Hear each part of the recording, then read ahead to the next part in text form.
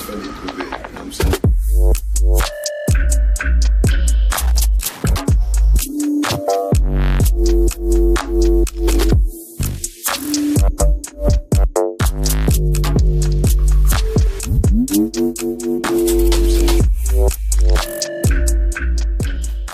Hey guys, Dana here, aka D Electric, and today we're going to go over transitions. I think out of everything that people compliment me on, all the questions that I get asked, how I transitioned in between tricks, the smoothness of it, that kind of thing is definitely the most common. That's probably because where I've spent most of my time practicing and exploring is on transitions. And that's because I realized at the beginning that one of the most crucial teachable moments in whipping is actually not when you're doing well, but when you make a mistake. In order to get over being camera shy, I recorded myself all the time, and I still kind of do when I can, my practices and everything. And I noticed something watching my video back, and what that was, the coolest things that stood out to me about each flow session weren't things that I was necessarily trying to do, but things that I was messing up and doing and then just kind of rolling with. And I was like, oh my gosh, that looks really cool, or, you know, whatever. And then I kind of went from there. So if you can do that, that's really helpful. Record yourself as much as possible, watch it back, see what kind of mistakes you make, but then pay attention to how you recover from them. That's going to be really helpful. That's what I'm going to cover today. That I could literally make 10 of these and still not cover all of transitions. So right now, I'm just going to cover some things that I think are super important, just like observations I've made, tips, tricks, and then I'll cover like maybe a couple of specific ones. But for the most part, I think it's important when transitioning not to try to copy it as if it's a trick, but rather understand how the person got to that, you know, like the mechanics kind of maybe behind it, or some things that you can drill that can be helpful, that kind of thing.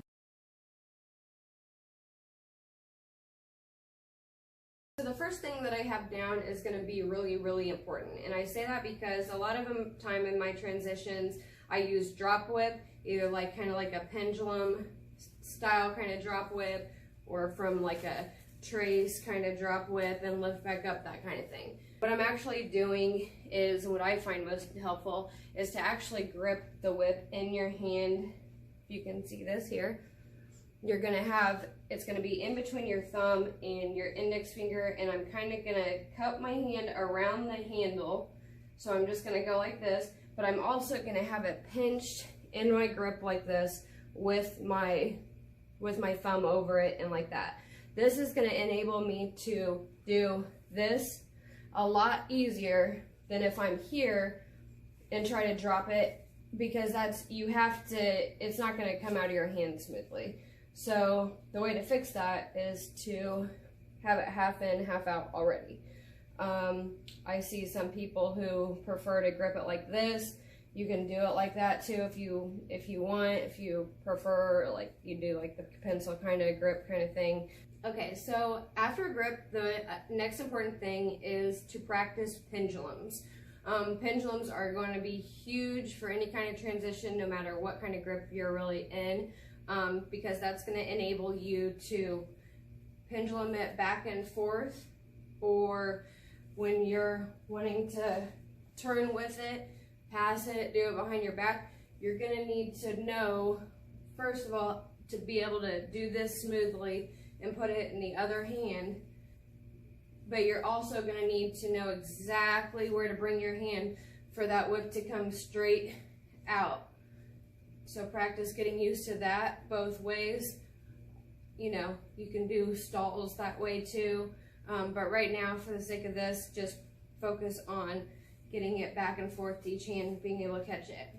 Also, try to do that in different spots. Try to do that when you're turning. Try to do it under your legs. Try to do it over your neck. Try to do it around different body parts. Same thing applies. The only thing that's really going to change is what you're using, how you're anchoring it. So whether it's going to be a soft anchor, which a soft anchor is going to be something that you're going to let slide through your grip. A hard anchor is when you're going to hold it and it's not moving. So my hand is fixed on the whip right here, no matter what I do, it's gonna have that same one. If I do a soft anchor, the whip's gonna gradually get longer. Okay? So again, I can let it slide. And you can do that very fast too. You don't have to make big motions with it. So if I just wanna go from like here, back, let it slide. So the whole time though, it was still moving through my grip, but until I decided to stop it, obviously. But the whole time after that too, it's moving until I stop it. And then it's gonna be moving, you know, while I'm moving it. So practice that. Another thing would be pendulums under your legs. You can either change where the anchor is to make it come back up like that. So like that was under.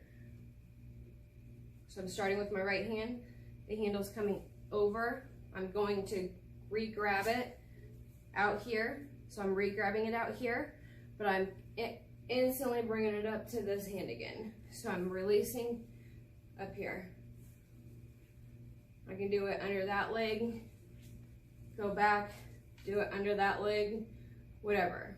You can pendulum it this way, do a pendulum that way, practice doing it over your head.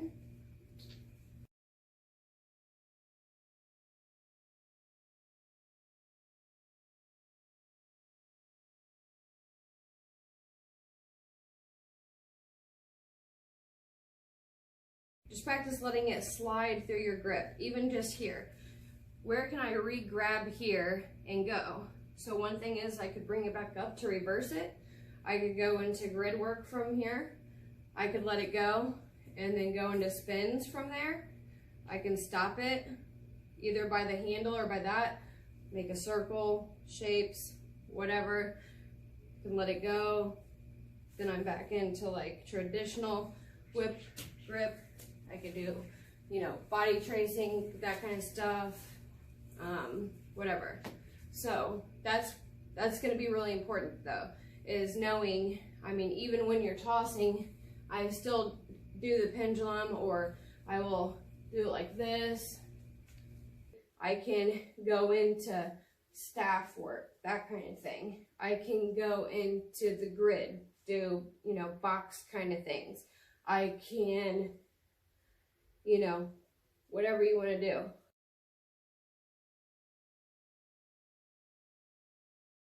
The only way though that you're going to be able to get good at doing those things fast and in mid-flow is if you give yourself enough time during practice to explore those things going slowly. If you can't do something slow, you're not going to be able to do it fast. And I know that that's kind of a pain, and it's like, oh yeah, how long did it take you to do that? Well, forever. You know, it's like nothing's gonna come easy. Things, you do have to drill these things. You do have to be able to do them slow. You do need to do them repetitively. And also that's the way that you come up with new things. That's the way that you come up with things that are unique to you, is because in that moment when you stop and pause, those are the moments that are gonna be, you know, the best time for reflection, for you to really stop and think of all the possibilities from there. Because when you really stop it and you're like, oh yeah, what can I do from here? There's literally like an infinite amount of possibilities. So you have to pause and think about it. And then doing that so much though, you know, find a couple things that, oh, hey, I really like that. It looked cool. And then drill those, you know. So if you find a combination, you find that thing that you did from there and you're like, oh man, that's really cool, I want to repeat that, then, you know, practice those things before moving on, then exploring more and more and more. Maybe then practice putting those things in with your flow. So you found a couple new things, you know, ways to, you know, go from here to, you know, here, and, you know, whatever. Practice just putting it into your normal flow. Flow for a little bit, put it in there again. But you really have to stop and reflect on them. And, you know, it would be easy for me to get on here and just show you guys a couple of transitions that I really like to do. But I feel like the question really is how can you get to that point? You know, I feel like that's what people are kind of asking. They're not like, just like, oh yeah, how did you get to that point? You know, what they're really asking is, how can I also do that too? So, and the only way to do that is for you guys to explore that yourself and come up with things yourself. So, pendulums, practice them, know them, love them, and grip, and also practice exploring ways on your own from that grip, you know, from just a basic pendulum. I promise you that when you get good at that and you can do that, it's going to enable you to be able to do it turning around also, you know, going into different things, dropping it, and then, you know, if you know those kind of spins and stuff like that, then you're already in position to be able to do that kind of thing. I mean, if you can do, you know, legs or leg spins, that kind of stuff, and you know pendulums, you can, or leg tosses, you can toss, break, pendulum, go into it, toss, pendulum, on back. So being able to shift that anchor point, bring it back over to the other hand is crucial. And however you get there, whether, like I said, it's a slide over, or once you slide over, you're bringing it back and keeping a hard anchor, or, you know, exploring more things where you're doing soft anchor kind of things, then bringing it back over, the possibilities are literally endless. So